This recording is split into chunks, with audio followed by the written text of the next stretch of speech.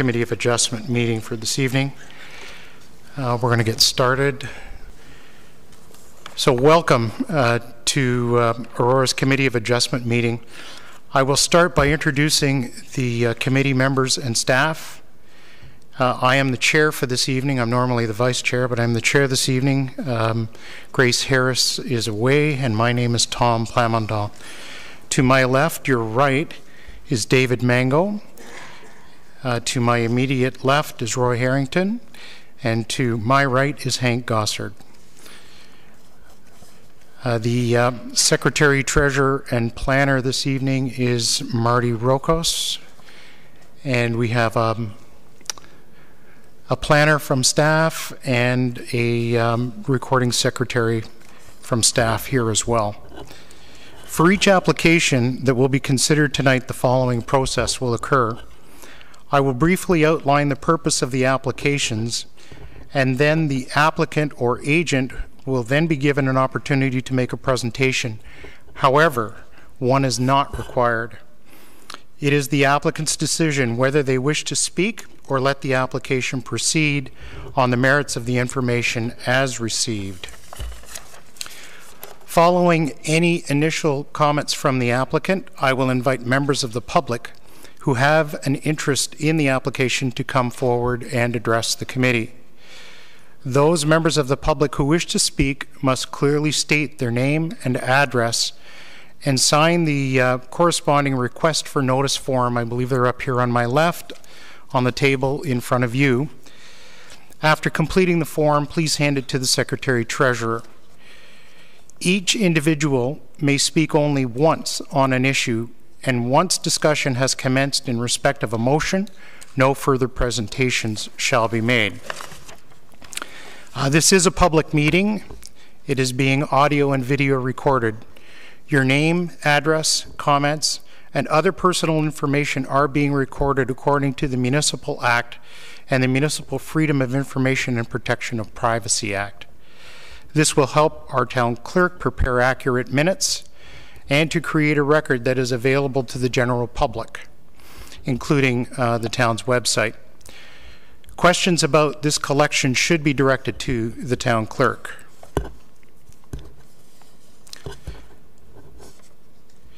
Please be advised that the reports being considered tonight are available on the desk as well in front.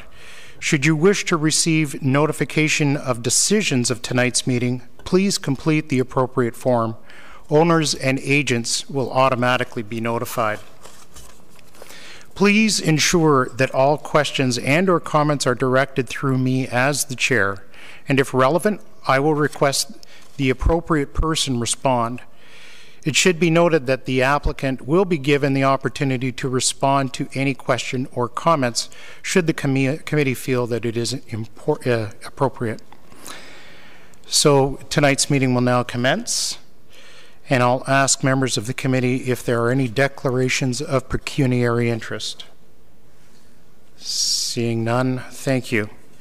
So I'll look to member of the committee to approve the agenda for tonight's meeting with one minor request from the chair, and that is that we move item 3 to item 1.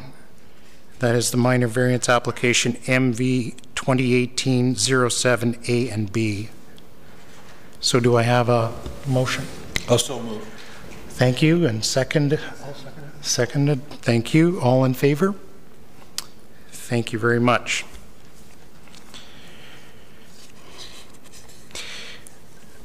Now, I don't believe that all of the members of the committee have had a chance to review the minutes. So I will ask for a motion to bring these minutes forward to a future meeting. So moved. Moved by Hank, seconded by? I'll second it. Thank you. All in favor? That's terrific. Okay. So I'm going to begin by moving item 3 forward. This is minor variance application MV 2018-07A and B, 6 Highland Court, and there's a minor variance. There is the owner or agent here. Can I ask you to come forward, sir, and your name, please? Hi, Jordan Colm of 85 George Street. Terrific. Thank you, sir. Is it my understanding that you would be asking for a deferral of this item? It is indeed. Thank you very much. So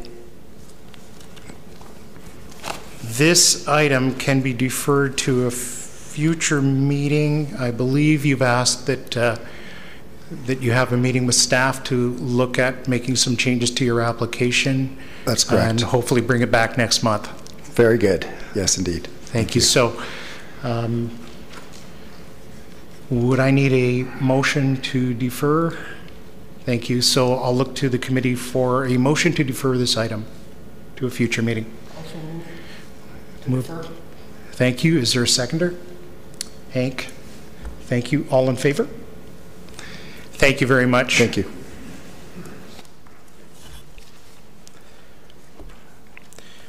Okay.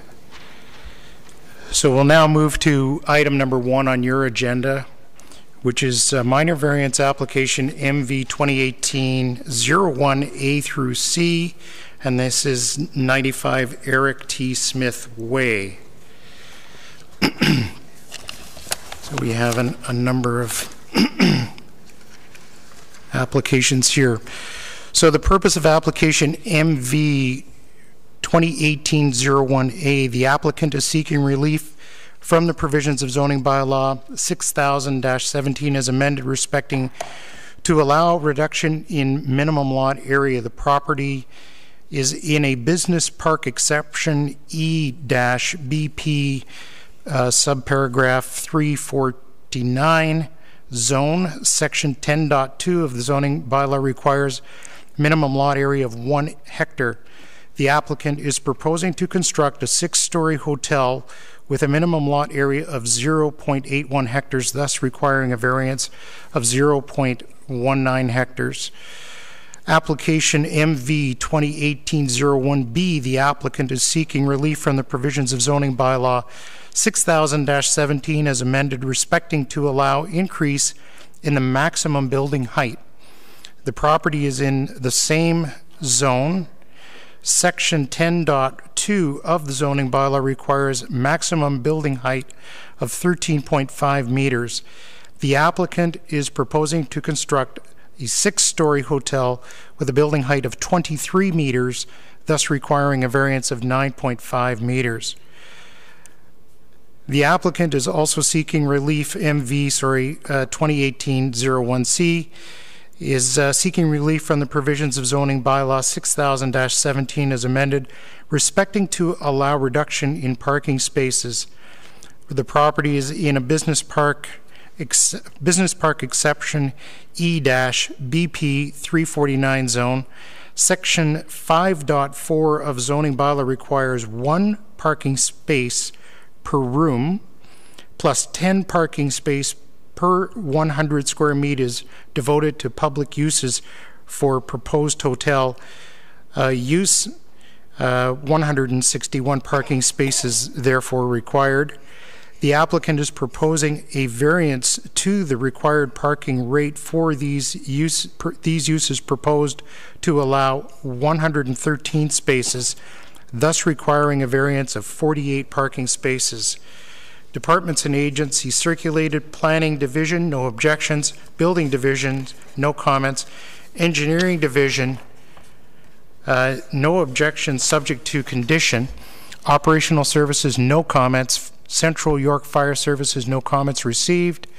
Electra Utilities and York Region, no objections. Ministry of Transportation, no objections subject to conditions. And the town of Woodville, Stouffville, no comments received. Applicant or agent here. Good evening, sir. Would you like to make any presentation? Thank you. My name is Adrian Morrow. I'm with Chamberlain Architect Services, the architects for the project, and agent for Guittardo Construction. So this is the project for the construction of a 110-room Holiday Inn and Express and Suites hotel. We have met with staff back before Christmas last fall, and have gone through the project. We understand that there are a few conditions on the approval, and we certainly understand and accept those conditions. So we are in favor of the recommendation put forth by staff on the report. Thank you very much. Is there anyone else from the on behalf of the applicant that wants to make any presentation? Okay, terrific. Is there anyone here from the public who wishes to speak on this application? Okay, thank you. Seeing none, I'll look to members of the committee for any questions, comments. I'll just, for the benefit, this actually was deferred from a previous meeting. We had asked at this committee for some additional information to be brought forward on the parking study that was done. That information was received, and I believe my colleagues here have had a chance to go over that and appreciate that the relevancy of that parking information was looked at in more of a local context. So appreciate you bringing that information forward. The other thing that was discussed at the last meeting, there was some confusion about the total parking and how that was broken down, and I think there may have been some confusion between what was required in the regulation for handicap parking and how that worked into the totals, and that I believe has been satisfied. Any questions from members of the committee? Hank? Yeah. Okay, thank you. Through you, Chair. I'd just like some comments on the new parking study that was done and how it relates to having local proxy surveys as opposed to the previous out there surveys, and also as part of a comment back to the staff, the recommendation or condition for one of the recommendations talks about proxy surveys which now have been received, and I'm wondering whether this condition is still valid or whether that now is to be changed. Through the chair, the application was recirculated to the engineering division, but we did not get any comments back with respect to the revised parking study. So the first comments stand, and the engineering division staff can sign off on the condition because that's the information that we have. So with that being done, engineering staff can sign off on the condition. They should be able to sign off without a problem. Thanks, Marty. So if I could just get the consultant on that parking study to make a brief presentation, just a couple minutes, in terms of what you did, what you looked at, and I'm particularly interested in the fact that now we were previously looking at a reduction of 38 spaces, and now we're going to move to a reduction of 48 spaces. Mm-hmm.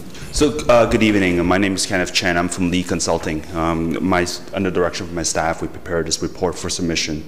So in terms of the previous application, I just want to specify one thing was a detailed survey was not conducted, and we relied on a traffic study or parking study that was done on an application that was approved by the committee adjacent or nearby. So I just want to clarify that. And based on the comments that was received, Lee has conducted additional surveys in Richmond Hill and Newmarket, which in our opinion satisfy, and hence we haven't heard any additional comments. Now, with respect to the actual number of spaces, we comprehensively took a look at what is being proposed, and we worked out the number to be 113 is being required plus 6 barrier, what is being proposed. and versus what is actually required based on our chart. So if you have access to our report, you can see in Table 1, it clearly lays out our interpretation of the bylaw and the number of spaces that is actually being required based on bylaw 6000-17 and what is being proposed.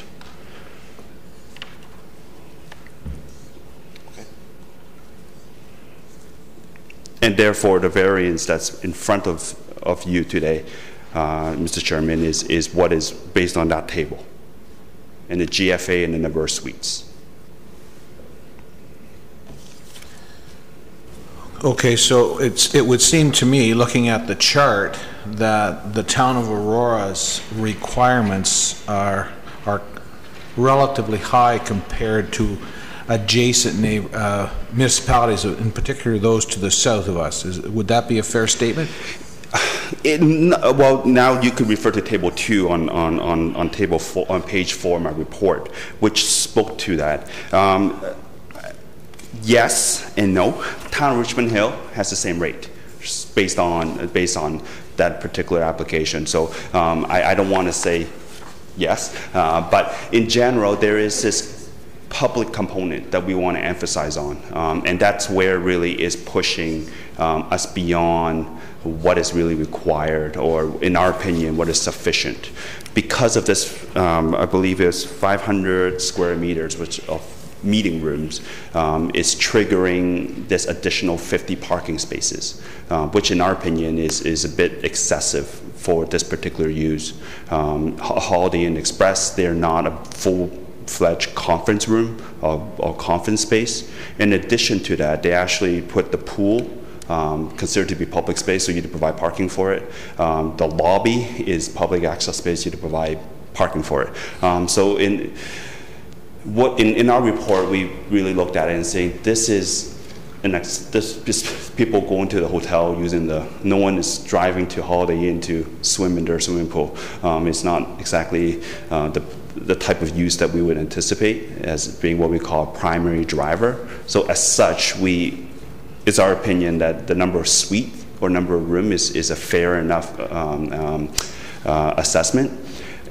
Given the fact that, yes, we understand the bylaws, we need to look at a conference center. If there was, 20 conference room or, one big banquet hall, how do you account for that? And in our opinion, that's what the bylaw intent was, and which is not applicable in this particular development. Okay, thanks very much. You're welcome. Is there any other question? Don't go too far away. I'm not sure if anyone else, but I will when we get to me. Go ahead, sure. David. Thank you.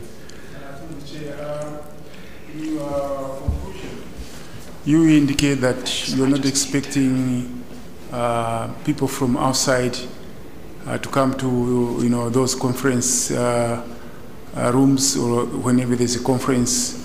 In that way, using the parking lot. How do you know about that? So how are you going to control?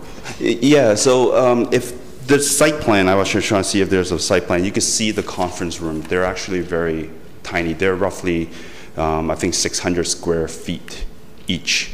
And our understanding from our discussion with the applicant, those rooms are really just for staff. Now, a 600 square feet room, and I want to emphasize that a little bit, is even if you have people going there, they'll be going there during the daytime, and they will leave, or they stay in the hotel. So we're not talking about a convention center space where you would have a large amount of people meeting in these 600 square feet rooms.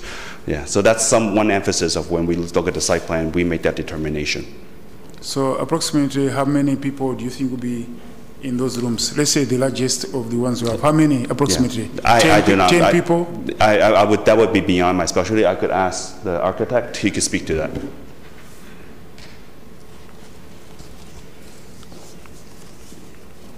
Yeah, generally speaking, the building code has a factor of so many people per square feet per room, right? And so when you take that and you look at usable space, there would be like in the neighborhood of 30, 40 maximum per room, maximum. Okay, thank you. Okay. Roy, any? I'm okay. Thank you for staying behind. I got a couple of questions for you, if you don't mind. Absolutely. So when I looked at the revised traffic analysis and looking at the tables, you were anticipating some occupancies, and I noticed on the top of page 5, you speak to that point and you say that the hotel occupancy was assumed to be 70% for the month of February. And that was according to patterns that were documented in the appraisal of real estate property and that prepared by Cushman and Wakefield. Yes. So are we assuming that the parking demand was based on an occupancy rate of around 70%? Did I read that correctly? What we were addressing at this point is that there's variation of what we call hotel usage throughout the year. Right. What we presented was that at a typical February, it's around 72%. And what we did was we carried it up to the 90% range when we did our analysis, given the fact that this is what we account for seasonal variation. And one key point to note is hotels are never 100% occupied consistently. Boy, I wish that was the case. I've visited some cities and I couldn't, with a reservation, sorry, yes. Can we move you to another hotel? Yeah, no, fair enough. But I mean, if you look at the table on figure 3, you can see that that's the typical variation based on these surveys, yeah. and even on our proxy survey, if you look in the previous table, their occupancy rate was actually in the 40% range. So I mean, it's relatively low, but we did make account for it, and when we did the survey, we did what we call utilization adjustments to those rates. Right. Yes. The other sort of comment that sort of threw me off a little bit in this report was the comment that you actually just made, and that was, so we've got meeting rooms, but they're only going to be used for internal and teaching purposes. I find that very difficult to swallow because I've used this type of product for business, and I've held meetings well into the evening, and I can tell you that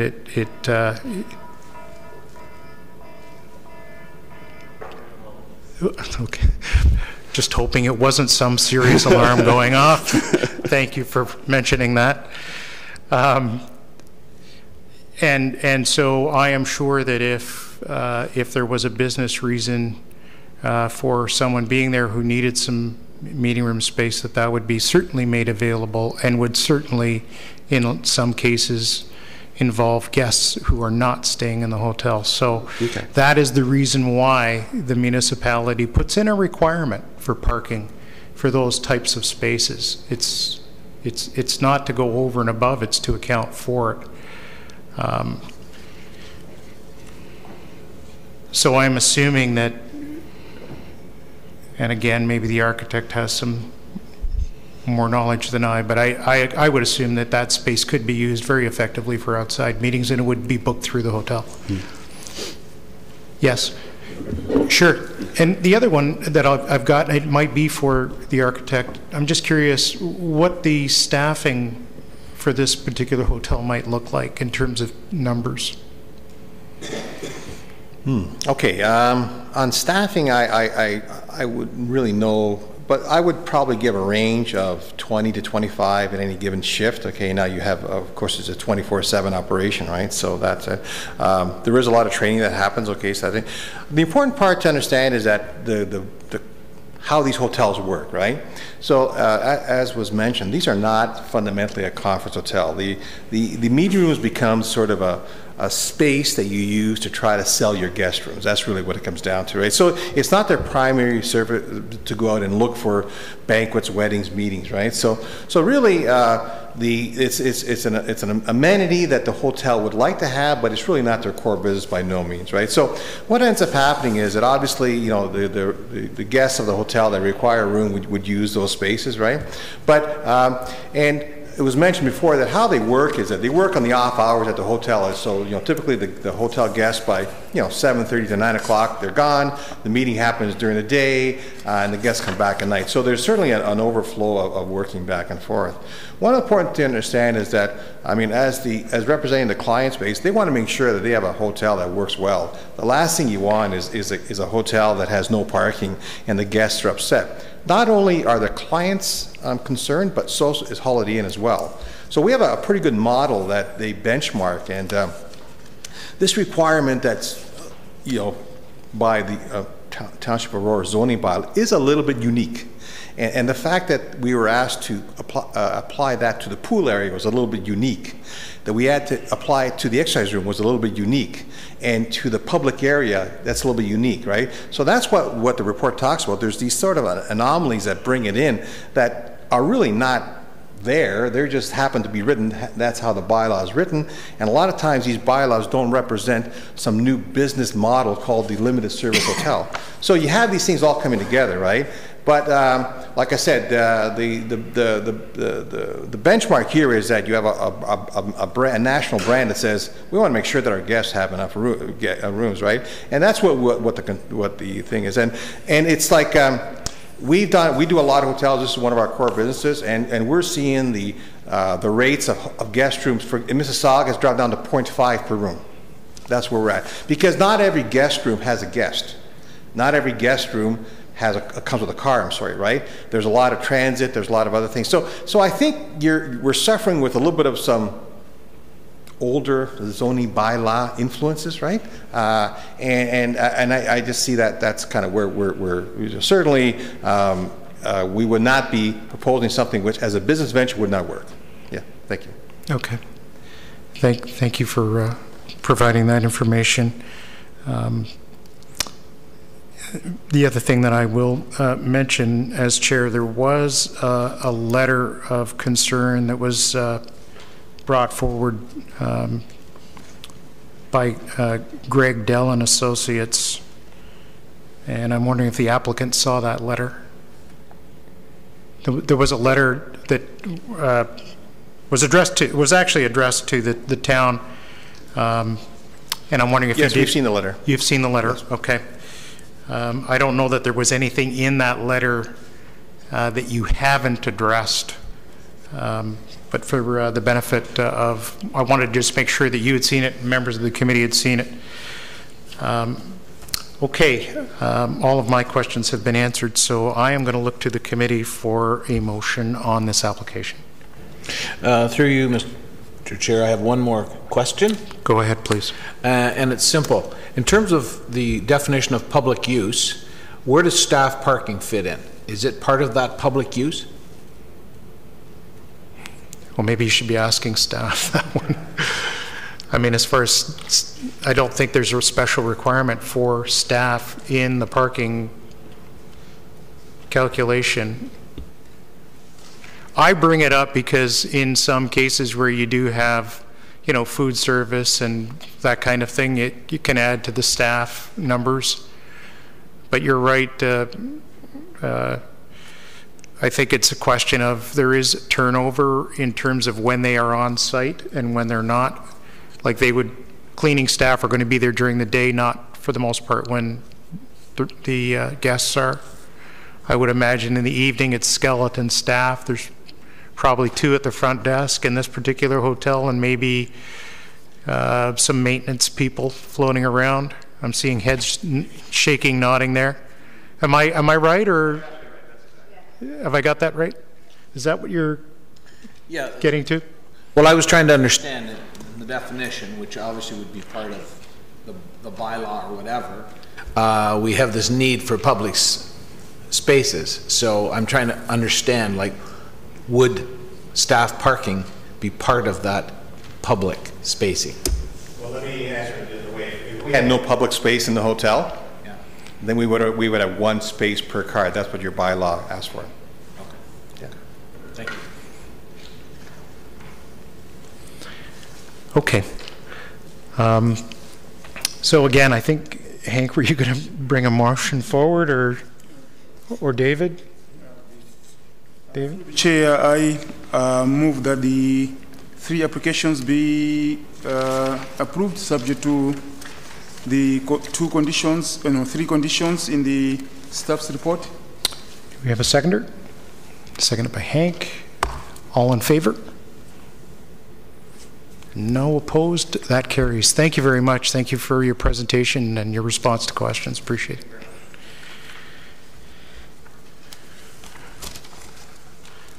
Okay. So we'll move to item 2, which is item 3. So this is minor variance application 2018-04A and B, 80 Victoria Street.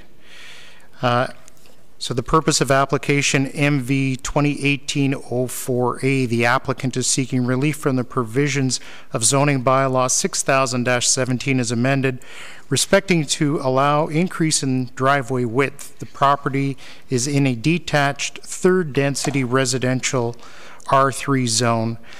Section 5.6.1A and II of zoning bylaw allows maximum driveway width of 6 meters if the lot frontage is greater than 9 meters and less than 18.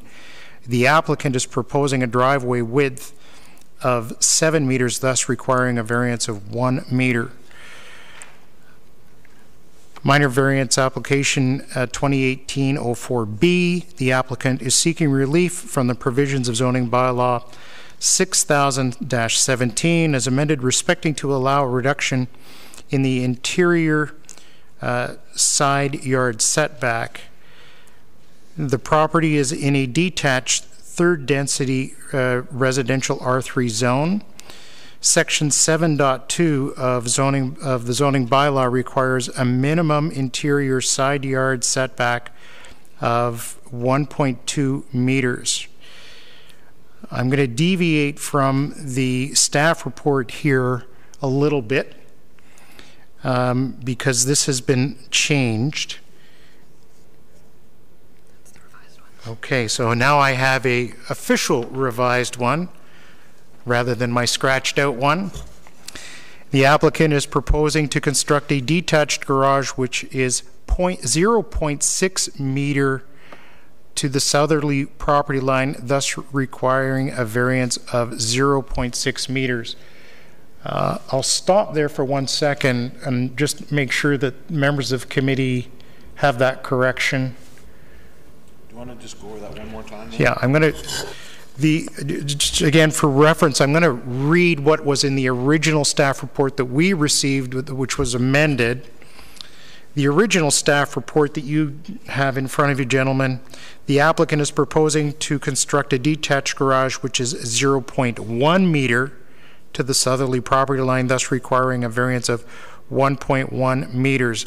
I'll also mention that this application was deferred from a previous meeting, and since then the applicant has come forward and revised it, and I'll read that again for clarity. So now the applicant is proposing to construct a detached garage which is 0.6 meter to the southerly property line, thus requiring a variance of 0.6 meters.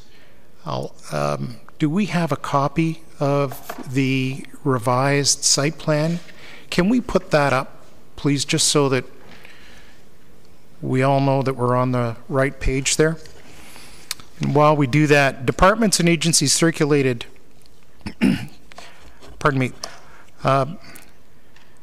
so planning division, no objections. Building division, no comments. Engineering division, no objections. Operational services, no objections subject to conditions. Central York Fire Services, no comments received. Electric Utilities, no objections. York Region, no objections. Heritage Planning, Planning and Development Services, no objections. So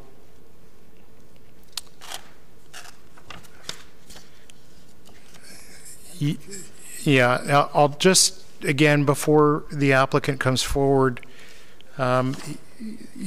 this came forward to me anyway.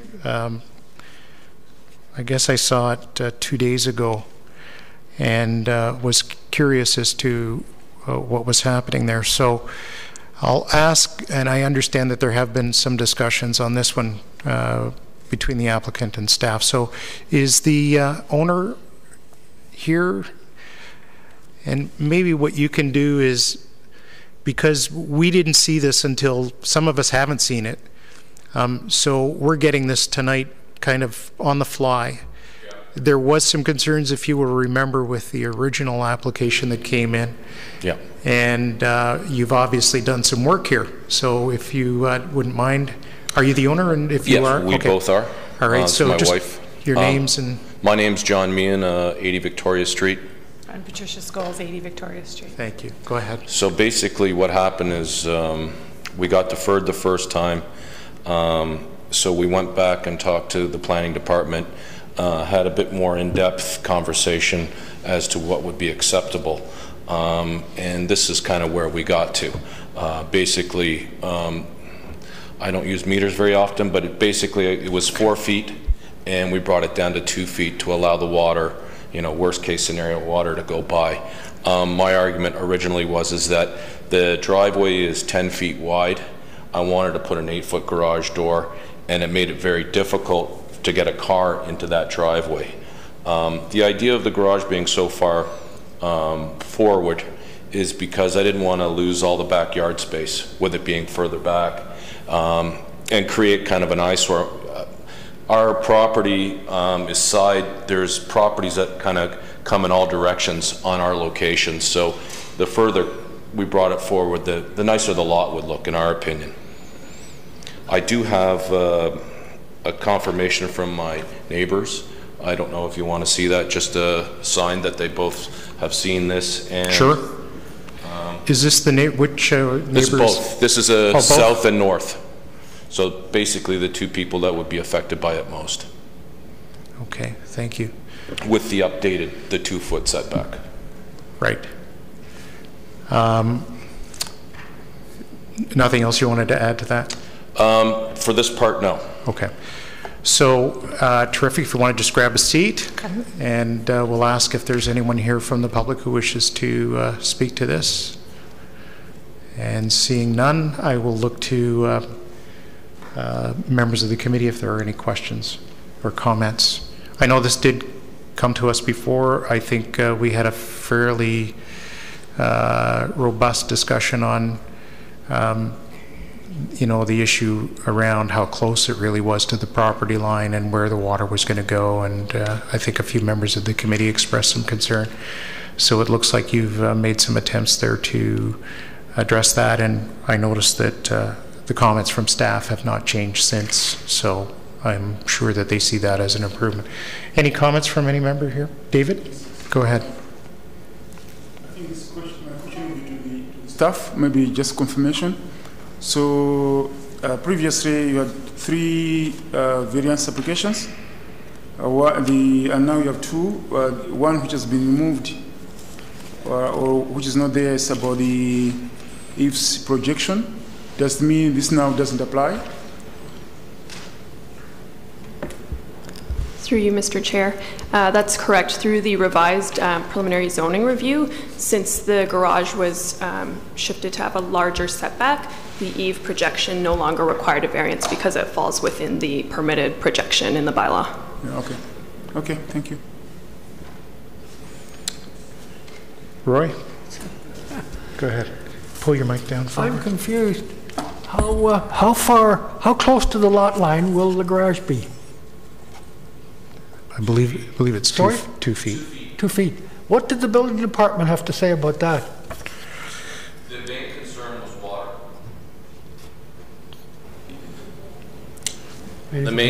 The main concern was water flow going backwards, and that it didn't get impeded.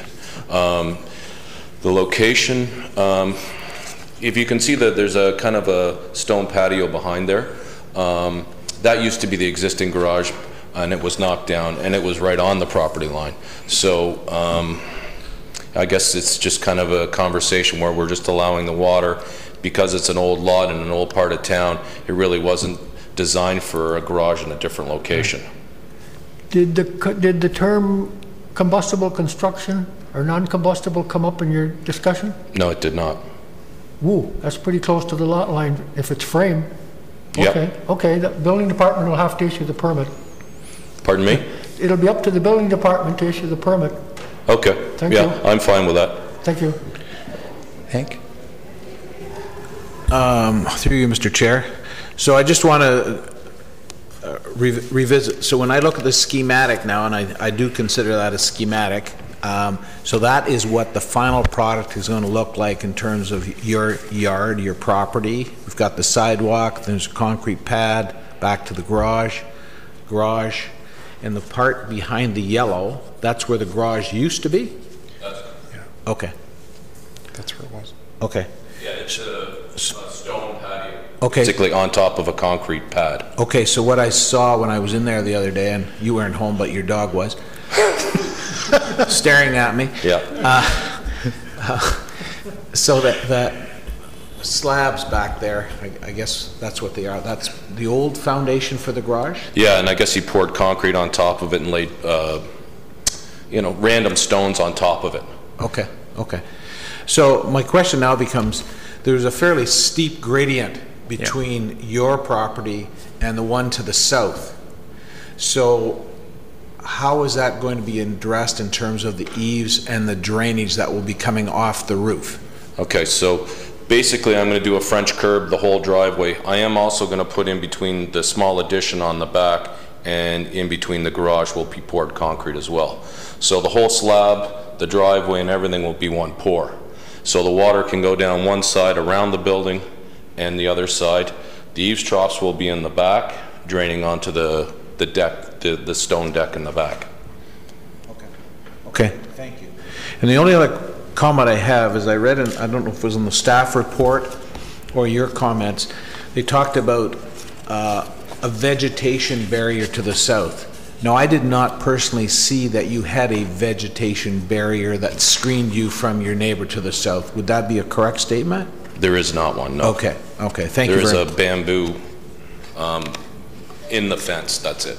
Okay, thank you. Sorry to... Yeah, you might as well just... Okay. Unless you like the exercise. Just to confirm again. So when I read the report, I can see there were some comments or in the or conditions in the memo from engineering. Therefore, they call them conditions.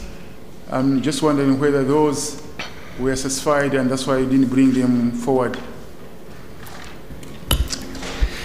Through the chair, the conditions from Glenn MacArthur, which were from February, that was from the first time this was brought to the committee.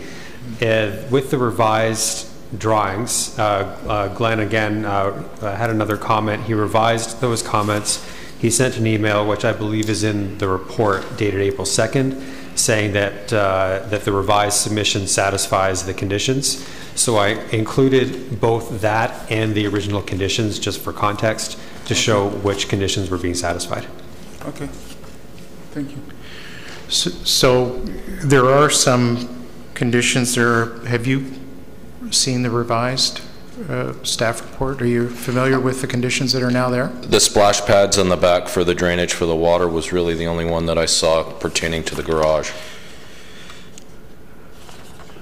I don't think he has those comments anymore. Okay, so... Those are not applicable anymore. Yeah, I would suggest then that there are some recommendations there and that you familiarize yourself with them. Okay, I don't think there's anything there out of the ordinary. These are pretty standard conditions. So just make sure that you're okay with those and review them further with staff if this is approved.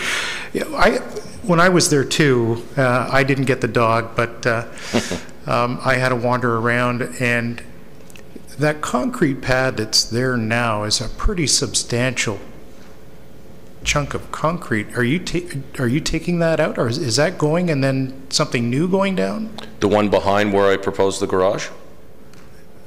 Well, I only saw really one, and There is no, everything else is interlock. Okay, because there is quite a slope going down there. I am, my biggest concern about the whole property is the grade. I dug out 4 14-yard bins of earth from the front of my house to put my addition in because I would have had to step down into my house because the grade had been built over so many years. The reason why I am pouring concrete around everywhere is to control water. I have a rubble foundation on my house, and the last thing I need is any water going towards there. I've underpinned everything and deltaed it, but there's still, it's not a waterproof foundation. So Okay. I'm very concerned about water. So basically I'm going to take, you know, the water from the sidewalks, which is my concern that it's going to come down the sidewalk and go down my driveway towards my house. So there will be a slope away from the house to the sidewalk. Oh, okay. There Yeah. are no downspouts on the driveway side. Everything's run into the backyard.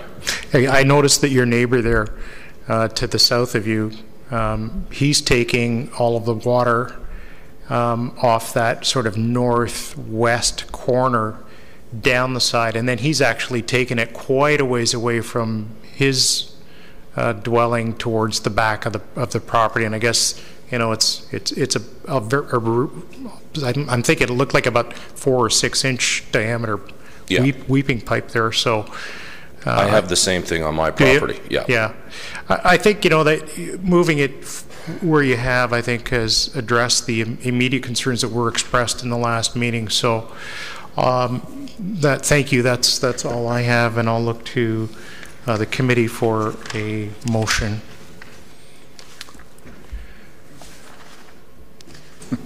Through the chair. Go ahead, David. Yeah, okay. Through the chair, I move that the 2 applications be approved subject to 2 conditions in the staff's report. Seconded. Hank, thank you. Call a question. All in favor? And that is approved. Thank you very much.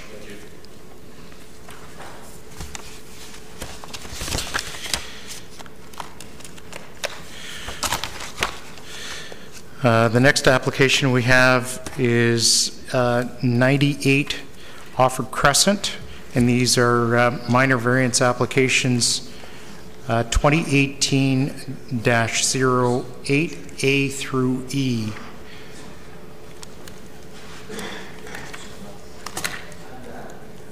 Just hold on one second. Just let staff and the previous applicant complete their discussion there.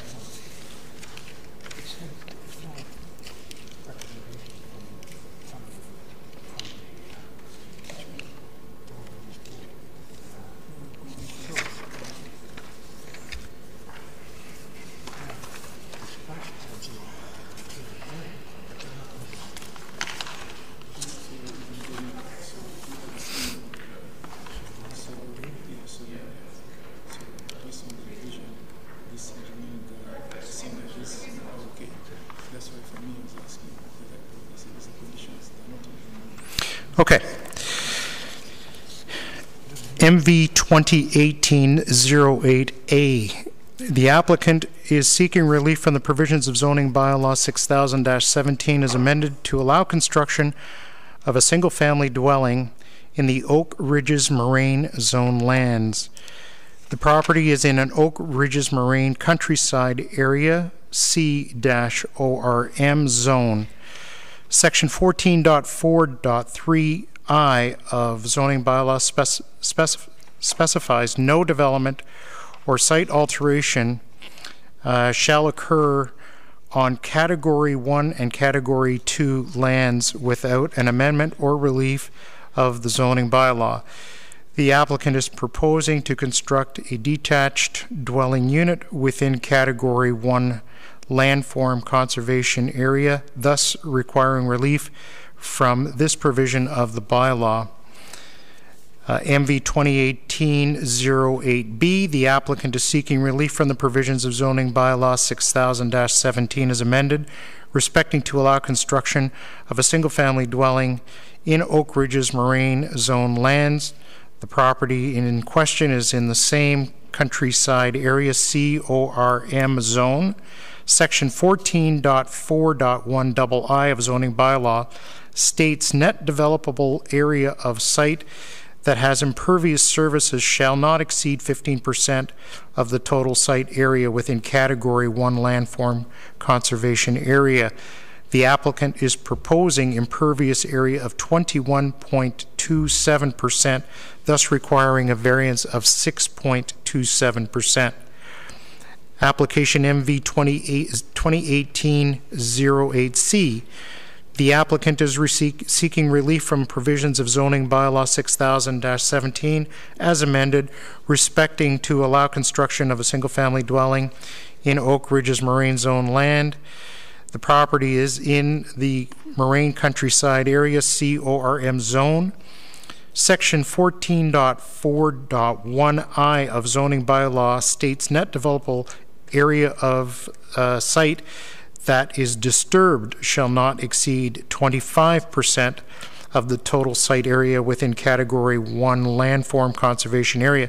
The applicant is proposing disturbed area of 32.25%, thus requiring a variance of 7.25%. Minor variance 2018-08D. The applicant is seeking relief from the provisions of zoning bylaw 6000-17 as amended, respecting to allow construction of a single-family dwelling in Oak Ridges Moraine Zone land. Property is located in the same countryside area CORM zone. Section 18.1 of zoning bylaw specifies permitted uses within C-ORM zone. The applicant is proposing to construct detached dwelling unit, which is not listed as a permitted use, thus requiring relief from the provision of the bylaw.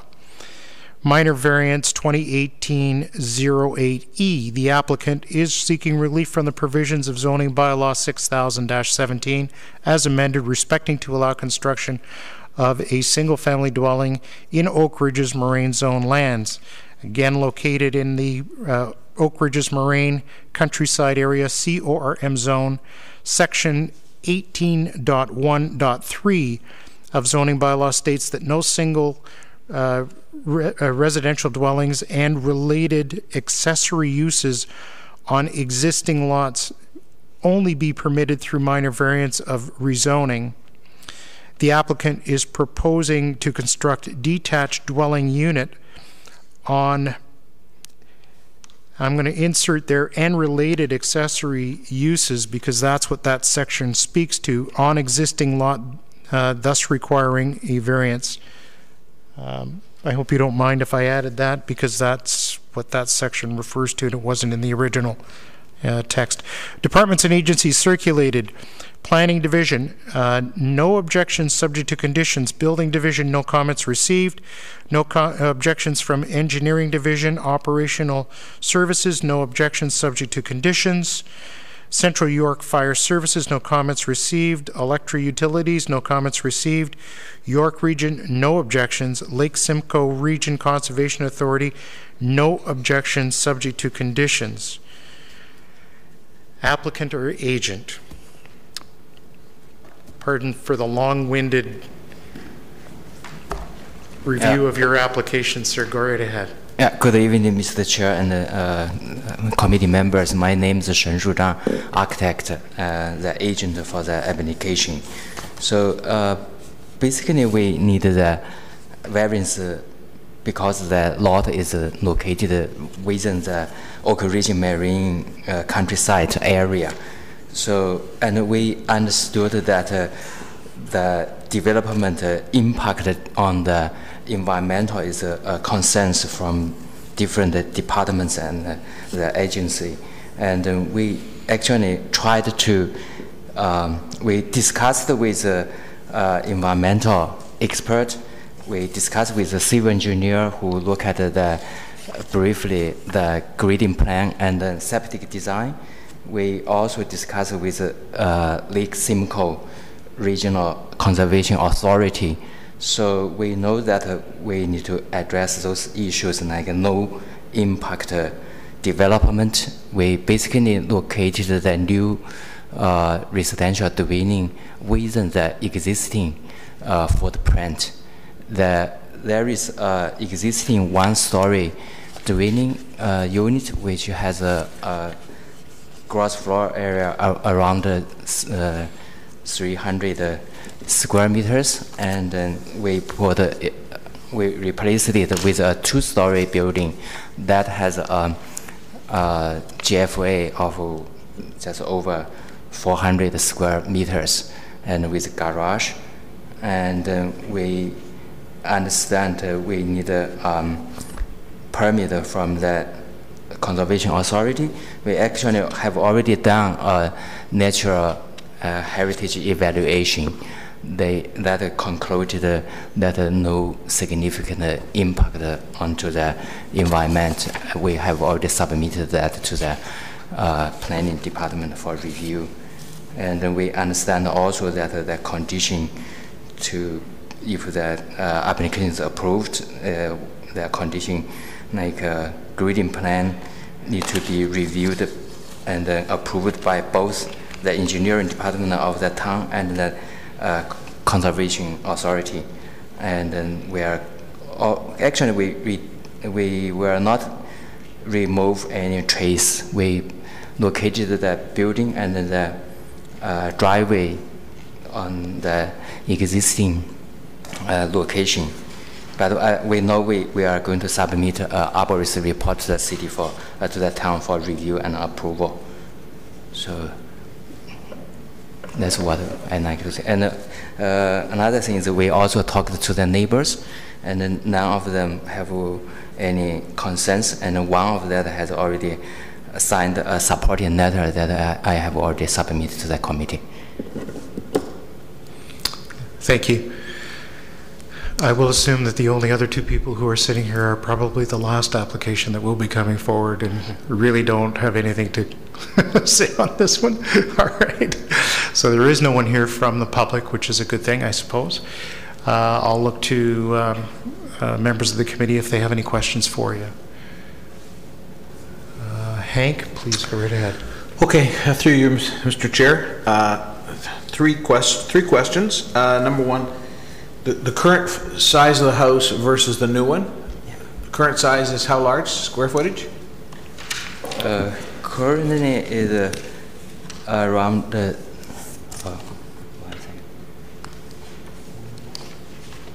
it's right here. It's in the application. Oh, okay. I didn't see that. I can help you there, sir, in the submission. So I think what my colleague is asking, the existing one is 281.6 square meters. That's ground floor area. Okay. Yeah, And the it's a proposed one-story is 295. So the increase there is roughly 15 square meters. Am I correct, sir?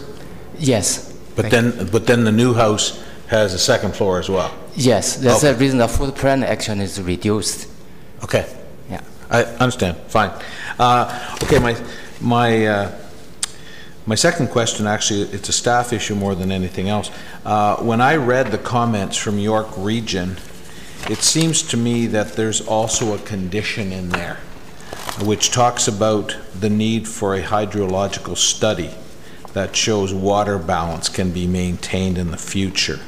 And I wondered whether that was an oversight or whether that somehow or other is identical to what is being asked for by the Lake Simcoe Region Conservation Authority. And before you answer that, my second one is based upon what I perceive as a fairly lengthy period of time. The conditions to be satisfied with 1 year don't make a lot of sense to me because you're going to have to do a tear down and a rebuild, so 1 year doesn't really make sense to me. Those are my questions. About the Lake Simcoe Conservation Authority's comments, we submitted the drawings to them. We believe that the building department actually told us we can apply for the authority's permit right away. but then we have already paid the fee, and then they called us to hold it till this committee approved, and then they said, as you know, we submitted a site plan and the natural resource, natural heritage evaluation report, and then they said that they may need a hydrological report to add to the file, but that's the reason they added the condition here. After this meeting, if it is approved, they will give us more detailed requirements. We actually, for us, we have already dealt with a project in such a situation before. We know that we will have more report for the Conservation Authority to review and approve. Yeah. Thank you. Staff have a comment on that? My query on the York Region comment. Through the chair, the requirement for the hydrogeological study can be added as a condition. Okay, thank you. Roy? Have you any idea how old the existing house is? I guess more than 50 years old. How many? 50 years old. Okay, thank you. A question, Mr. Chairman, to Marty. On application, the last one, 2018-8E, the second last line, am I reading that right? It only be permitted through a minor variance or rezoning? Is that the way that's worded? Through the chair, that's correct. The way it's worded is that it's a zoning process. Typically, it's done through a minor variance, but it could be either process. So I guess this committee then would have approved the existing dwelling 15 years ago. Is that true? A true statement, maybe, Marty? Through the chair, I don't have any records on when the existing house was built. Conservation Authority on the Oak Ridges applied back then. So there wasn't a rezoning, so probably this committee approved it 15 years ago. Yeah, I guess that's just my feeling.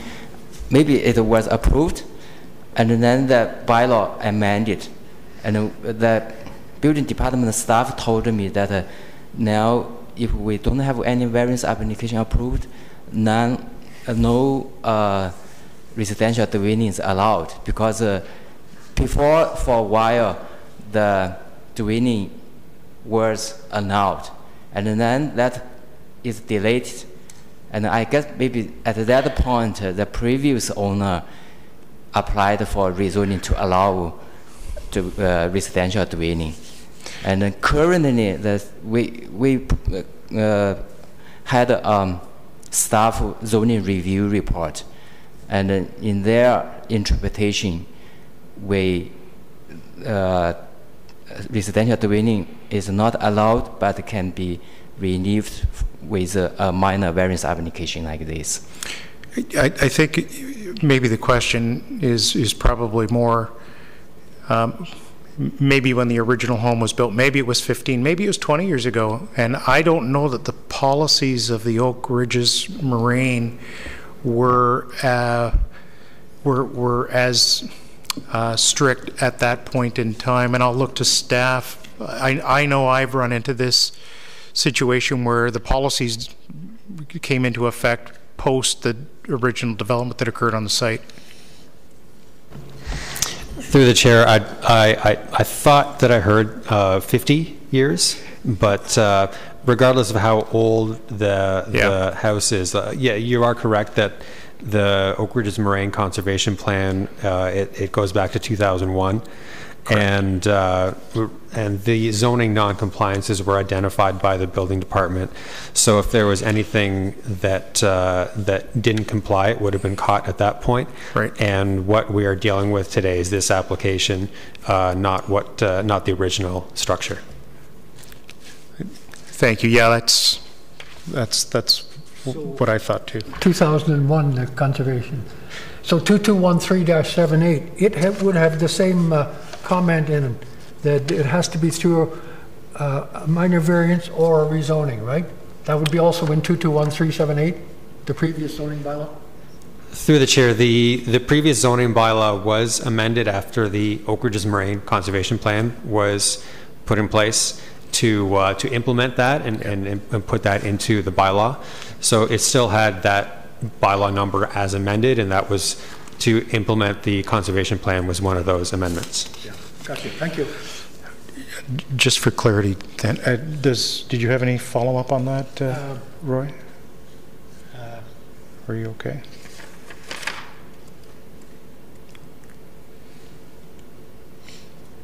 So I guess, as I said before, I guess the Committee of Adjustment must have approved the original house. Is that true or false? Have to check. I wonder. Yeah, through the chair, I don't have that information here of when it was built, but as I said, the requirement for a variance to build something there would have come from the Oak Ridges Moraine Conservation Plan, which goes back to 2001. So yeah, that's good. Thank you. That's good, Marty. Thank you. David? Chair, for me, maybe it's just a comment, to the question. I'm looking at your application, and there's a figure there showing the driveway being proposed. So I'm referring to this figure here in the application. The driveway is very extensive in terms of what's being proposed, and you're having changes there. And I'm surprised that in the report, and even in the town's or staff's report, you are saying you don't need any erosion and sediment control measures. So I'm somehow surprised. I would advise, just as a comment maybe, not to put it as a condition, that try as much as possible to implement whatever erosion and sediment control measures you would. In my understanding, when we submitted the grading plan and then stormwater management plan, that issue will be addressed, how to reduce the paved area to reduce the stormwater runoff. Yes, I thought so. I didn't want to go that way. I saw in the Lake Simcoe Conservation, they're asking for that report. So I thought that's how you're going to address it, but I thought of just mentioning it. That's why I didn't mention like it becoming a condition. I thought of just commenting that with this type of alteration, this extensive alteration, you need some erosion and sediment control measures. Yeah, we actually discussed with the staff. They agreed with the proposed numbers, like the paved surface area and the disturbance area, because we all know that we have not detailed the design of the road and the septics. And the staff said that we may ask you to reduce it later when we review your plan, but at this point, you can keep the numbers in case maybe the septic is more than we expected. At that point, you are going to be required to come back to the committee. That I know that is not very something, but that's the reason we just leave it there. But we know that we will optimize the curve and reduce the pavement as soon as possible. That will also improve the stormwater management to be more easier to be satisfied the Lake Simcoe Conservation Authority. I know the issues. Yeah. Thank you. Thank you. Just a couple of minor things, and they're really out of curiosity to the applicant. So the applicant is proposing a disturbed area of 32.25%. Yes. That's on the application. That's for the new home. Was there a calculation done for what is existing? Is this more than what is currently there, or less? No, it is less. It is. I thought I heard you say that, and I wasn't sure. Yeah. So the total disturbed area of 32.25% is actually going to end up less than what is currently there? Yes. Okay. It's less, and then also we are use new technology for the septic. That area also be less than the existing one. Okay. Yeah. That helps me. And staff, I hope you don't mind in E there, because that does refer to accessory uses. I added that the applicant is proposing to construct detached dwelling unit and related accessory uses. That's what we are amending there. So I just added that in. I hope that's correct. Yeah, about that one, I was told by the staff, if we don't do any variance, currently you can only add a very small additional area for the residence, and plus you can add a accessory building like a garage. You cannot really add any other accessory. That's the reason they said that if you do a new house, even smaller than existing, you have to go to the committee. Okay. Yeah. Okay. Thank you.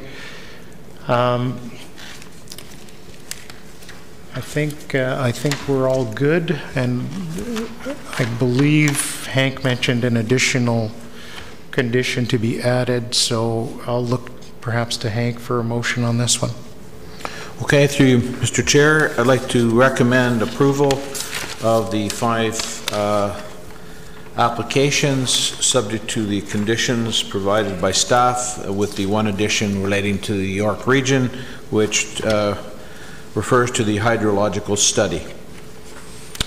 Seconder for that? I'll second that. Roy? All in favor? And that carries. Thank you very much, sir.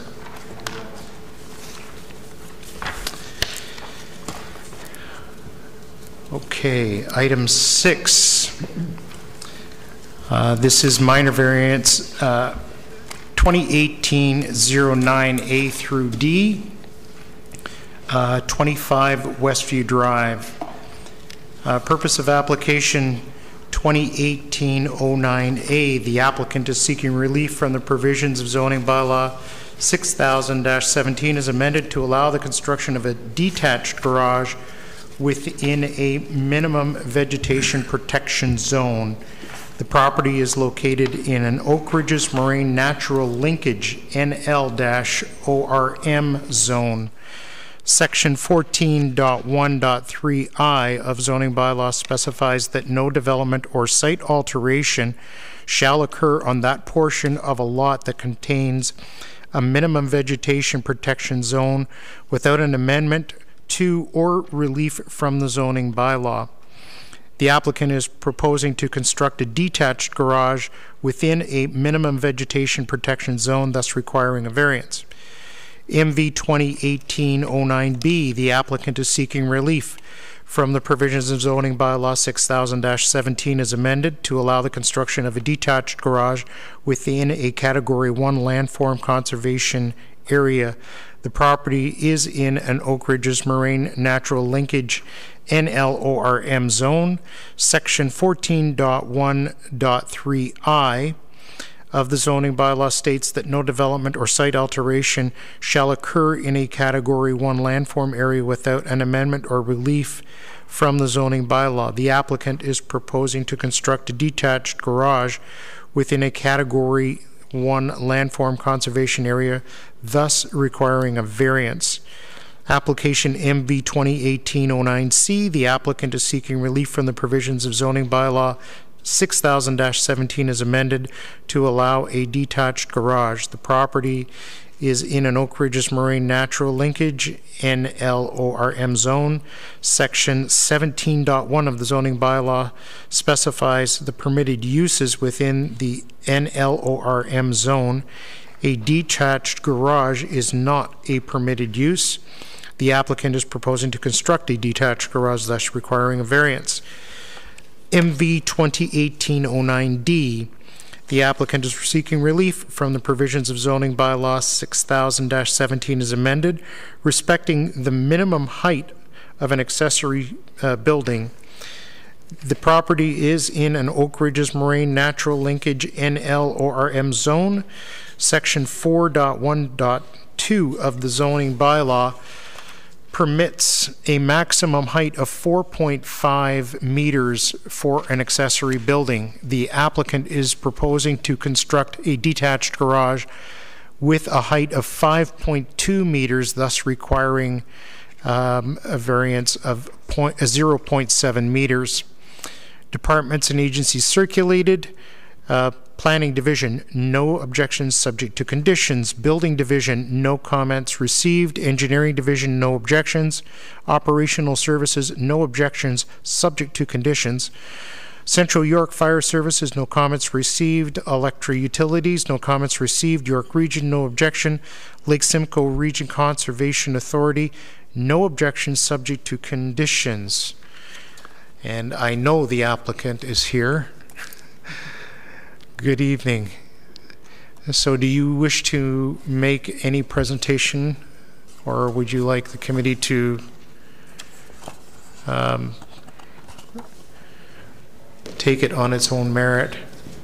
I'll just ask you, as you're coming up, have you looked at the conditions that have been included in the staff report? Have you seen all of those? I have, yes. Okay. And those are my concerns. So, and your name? Rod Deutsch and Petrina Lee. Thank you very much. Go right ahead. Whatever you want to bring forward is fine. So you'll have to kind of forgive me because I have a fever, so my thought pattern's a little off, but I'm there. Well, we thank you for your patience in sitting in the room here. So I am in agreement of submission 1 that the applicant sign a letter of undertaking and pay the applicable administrative fees to ensure the development and site alteration occurs in accordance with the recommendations of the Natural Heritage Evaluation prepared by GEMS on February 28th, as submitted showing the location of the proposed residence and amenities. Now this garage was chosen in an area where it's mainly white space in order to limit any kind of harm to the surrounding environment. We live on the moraine for a reason. We love our house, we love nature, and I don't want to do any damage or take any trees down or anything like that. So therefore, the garage is adjacent to the driveway. It's right beside in just a grassy area. There's 2 trees that have the ash borer that need to come down. Actually, I have 7 trees that have it, but these 2 are sick. So the objection, I want to start off with number 3, submission 3, which was the from the Lake Simcoe Region Conservation Authority. According to GEM's report, as per written correspondence, that's section 2.3, the LSRCA.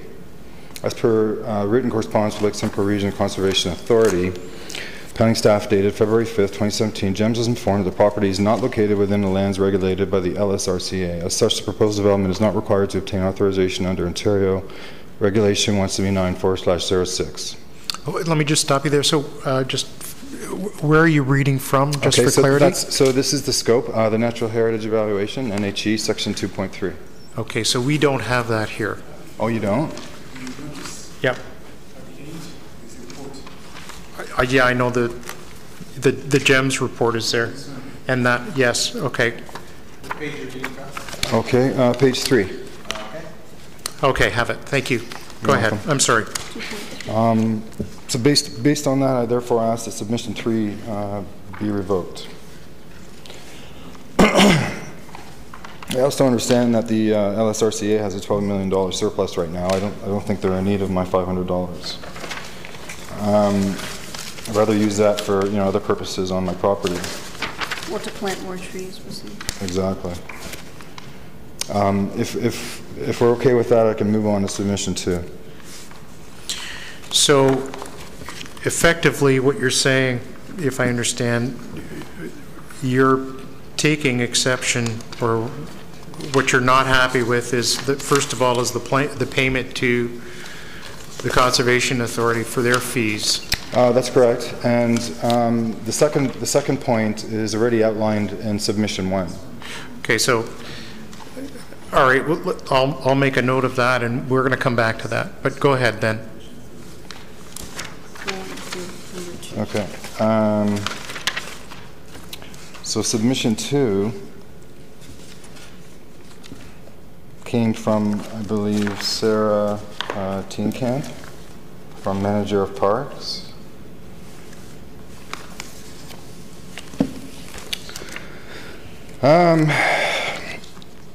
It is my understanding that she may have not had the NHE or the scope in front of her because this information doesn't pertain to what the scope says. It says we review the documentation for the property associated with the above known application and provide the following recommended conditions in the event the application is approved. The proposed garage construction may have significant impact on the subject property or adjacent properties. So that's not what the scope said. It said that it will not have any significant impact, and they're really like the adjacent properties are 500-600 feet from me. You can't see another house. There are trees that may require removal due to the proposed works. As well, some trees may be situated on adjacent to the subject property line. There are no trees in the subject line that need to be removed. There's only 2 ash borer trees that need to come down, and they're already sick and pose a health risk right now. Any excavation or disturbance in these locations will result in repairable damage to the root systems and canopy to 1 or more trees. That's also not true. The owner is required to provide an evaluation report prepared by a certified arborist or professional registered forester outlining all aspects of the impacts that this proposal will have on existing remaining vegetation. I believe that's already done with the NHE report. So that's just being redundant. I'm just going to go to the second point because the rest of it has to do with the first sentence.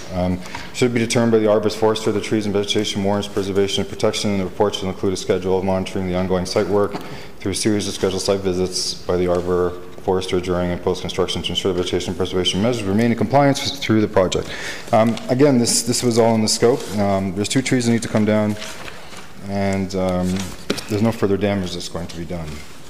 It's actually about 10 cubic yards or less of soil that will be removed and replaced on the property.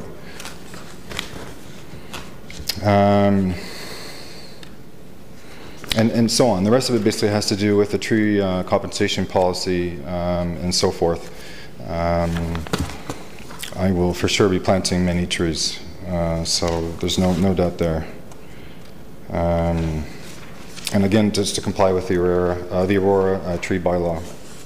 Can I have some water, please? Sorry, I'm on decongestant, so I'm really dry. My apologies. Take your time. Otherwise, I don't think I could speak.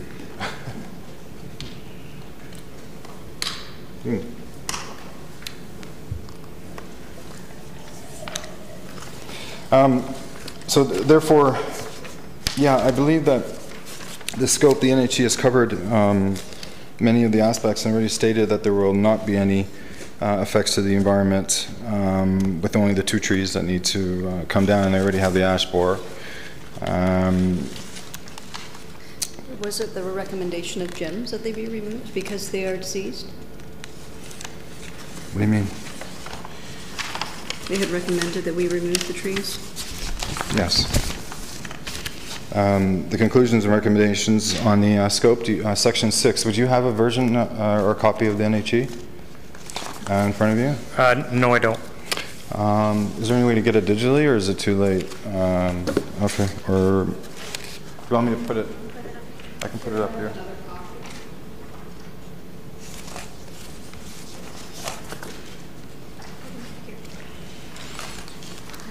Oh, perfect. Actually, I'm sorry, no. I do. Yeah, I wasn't sure what you were referring there. I'm sorry. So yes, I do have that. Okay. Yeah, we should all have that. So section 6. Conclusions right. On page 7? Right. Yes. Right. Do I need to read it, or?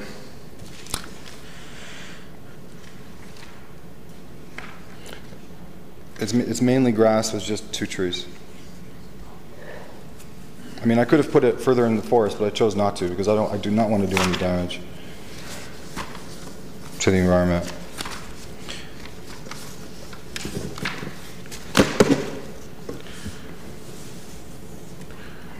Okay.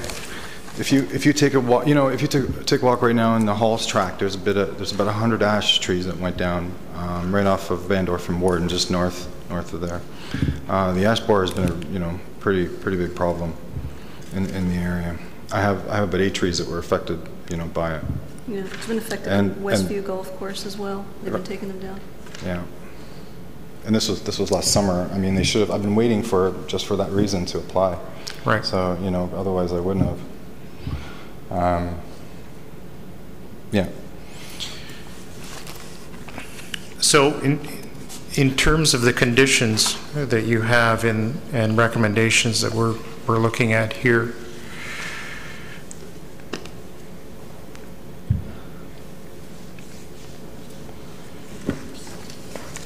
are you looking to suggest that we amend those? My suggestion would be to revoke submission 2 and 3 because it's pretty much redundant based on the NHE, which needs to be followed with their conditions. The NHE here was performed by a certified arborist, Aaron Donkers. Yeah, an intermediate ecologist, as well as reviewed by a senior ecologist. Yeah.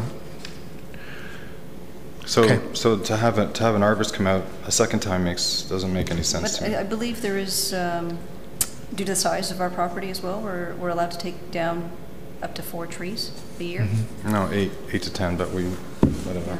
So and there's only 2 that need to come down. But. Okay. Was there anything else that you wanted to add? I just wanted to be to make sure that I was clear on that I will follow submission 1, which is according to GEM's report. Using the silage fencing. Yeah. And everything else they have. The letter of undertaking? Right. Is what you're referring to there? Right. Okay. So obviously there is no one else here from the public who is going to speak to this. So what I will do is I will look to members of the committee if they have any questions with regards to the application itself and any comments that they might have following your submission, sir. David? Yeah. So on offer your comments and maybe also refer to staff. So you comment about the condition number 3 from Conservation Authority and from the report by the EU consultant, which is section 2.3. Yes. And if you look at the email from the Conservation Authority, this is the Appendix B. Actually, I don't know, maybe I should read it just for the sake of other members. The email says, the subject lands are not within the regulated area, therefore, per the memorandum of understanding between the town and the Lake Simcoe Region Conservation Authority, we would only be reviewing the application if the town requested that we review for NH matters. By the way of this email, I am asking Justin to confirm securation. Yeah, so this was actually older when Justin was here. Yeah, so, okay, so I'm asking from staff, based on this, they've confirmed, Lake Simcoe Conservation have confirmed it's not within the regulated area, but it seems maybe you asked them to still continue to review the application. Was it for the natural heritage matters? And because they carried out the review, therefore, the applicant has to pay the fees? Yeah. Through the chair, the Conservation Authority is always circulated on these applications in the Oak Ridges Moraine for minor variance. So my understanding is that $500 is for their fee to look at this at the review. As I said, that's a standard circulation that we always do, and so this is not a new comment from them. Okay. So regardless of the site not being in the regulated area, still you have to review because the natural heritage matters. That's how they maybe make an interpretation from that. And for that reason, because they did the review, therefore the applicant is supposed to pay fees. That's my understanding. For me, I would support the condition the way it is, because it doesn't seem to be enormous or huge. They're making sure they're looking at the area, because even if there's erosion, whatever, you're doing the work still, you've got runoff, picking up sediments, going to the area which is protected. I know you're proposing erosion sediment control measures, which is a good thing, and they're actually recommended in this report. So my point of view is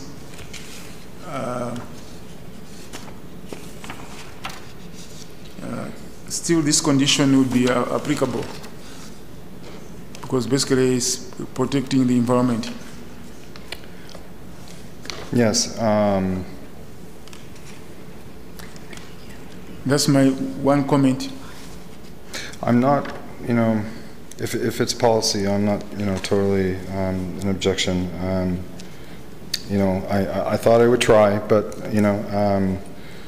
this is going to be, slab on grade with block. It's just me, my view. It's just one member. It's just my view. No, I know. The other members may have different views. Yeah. I mean, yeah. Mm-hmm. The other question maybe I have to staff is regarding, I think, condition number 2,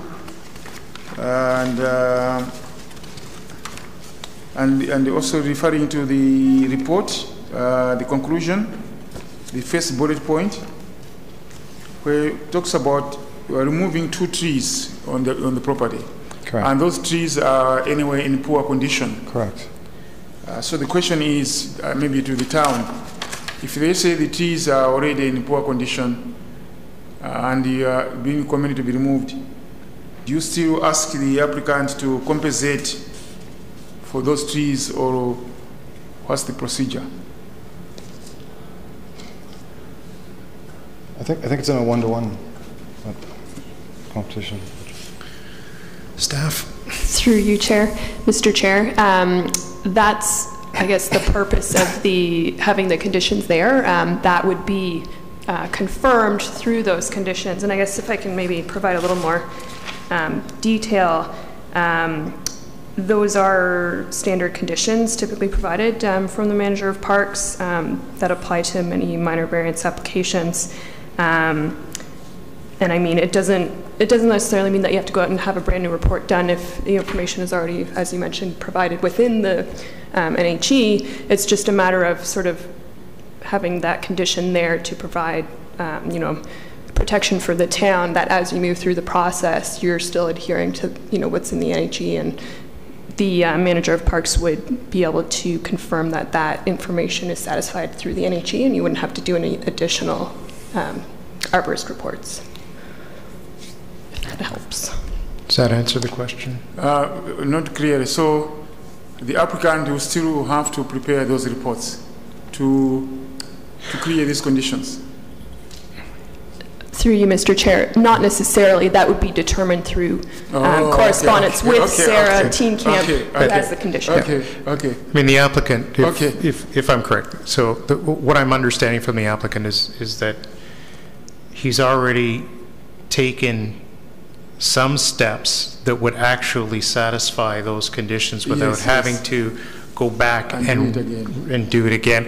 And that is something that, as staff have pointed out, the condition is a standard condition. It's there. It would have been there if you hadn't done any of this.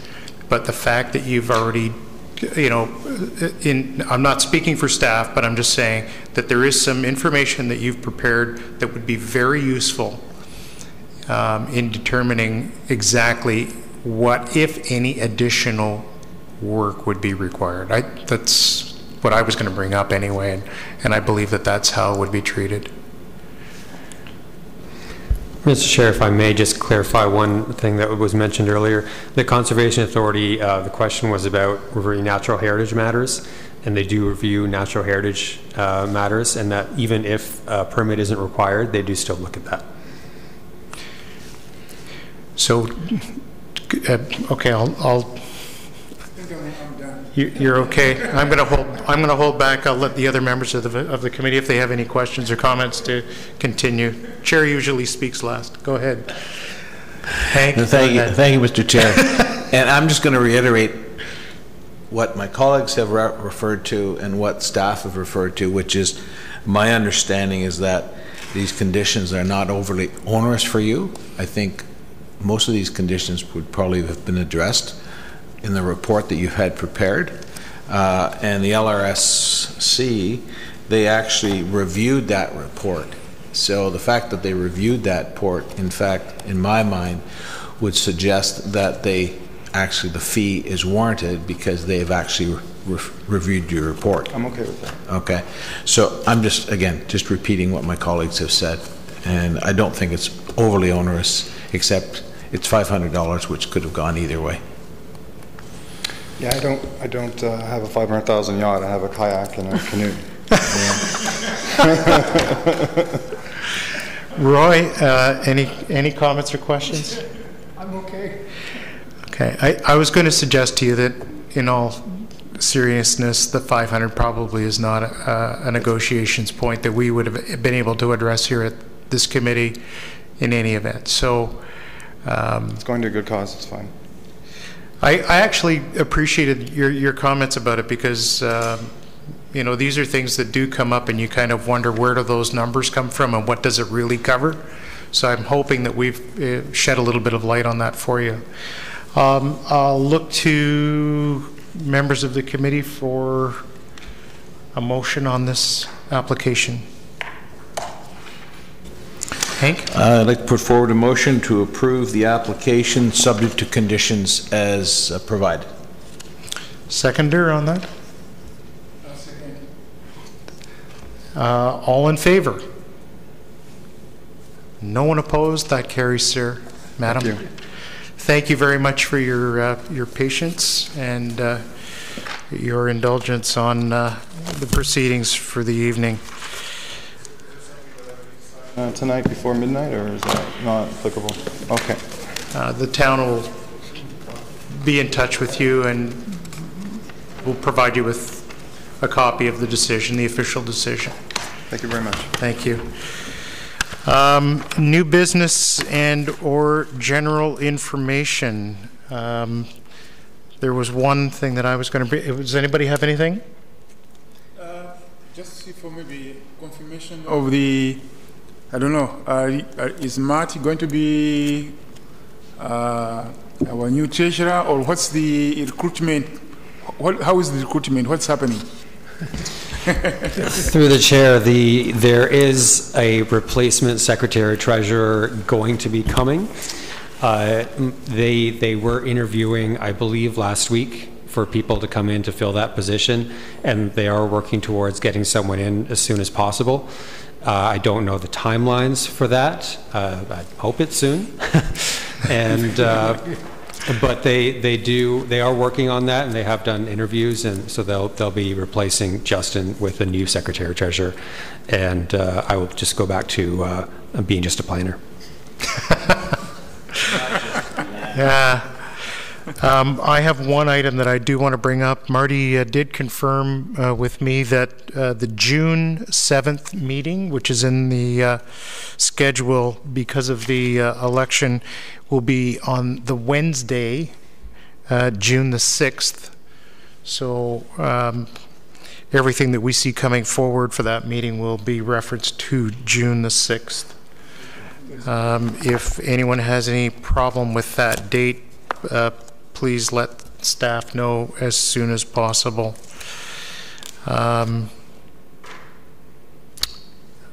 Anything else? Oh, one question, Marty. Wonder if you could look into, it was this committee, but wearing our property standards hat. I believe it was in July or August, we looked at a home, I believe it's 14 Aurora Heights, that was brought to the Property Standards Committee. That property was in very bad shape. The committee gave the owner until the end of September to either effect, the property had to be secured first, immediately, and then it was a question of whether the property was going to be demolished or whether the property was going to be repaired. There are significant works taking place on that property today. In fact, it has gone from a bungalow to a two-story home. I happened to walk that area, and I think I encountered one of the neighbors who was out looking at it and said, "My gosh, how can they do that with no building permit?" So there was no evidence of any permits from the town anywhere, and I kept thinking as the months ticked by we would see something on a window. So wondering if you can check into that.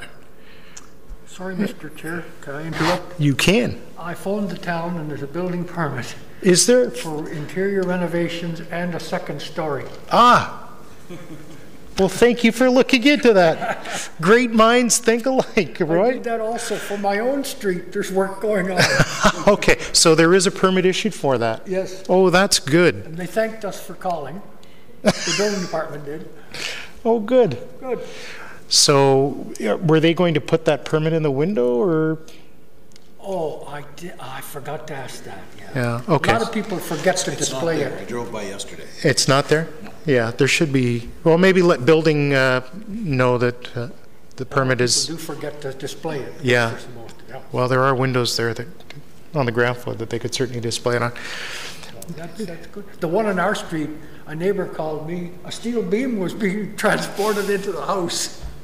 So I called the building department. And they said, "Holy cow, a steel beam!" So they trotted over. The other thing I was going to ask, Marty, there were a couple of items on our last agenda that we did not approve, and I'm wondering, have we seen any applications to refer those to the OMB? Have any applications that we've considered here that you're aware of received any appeal? There was one application that was refused, I recall, and that was not appealed to the OMB. Yeah. Or LPAD now. Yes, as it's now been replaced. Sorry. Yeah. Okay. So and nothing was taken forward. That's good. I know that there was no appeal received. Okay. Oh, good. Well, that's good to know. Big long letter in the Auroran today about Henderson Drive, eh? You haven't heard when they might come back to see us? Through the chair, that natural heritage evaluation and the supporting documentation are being peer reviewed at the moment. The last time I talked to the peer reviewers, they indicated that they were having some staffing challenges, so it was taking a little longer to get things done than normal. So we are still waiting for some word back on that. That'll be fun. I think you should fire that peer reviewer, get another one. Because to give a wrong impression to you, the applicant will be asking questions, what's the delay, and so on. Get another one. There are a lot of peer reviewers out there. All right. We should probably continue any conversation once we've adjourned, so I'll look for a motion to adjourn. I shall move, Mr. Chair. We are adjourned. Thank you very much. And thanks.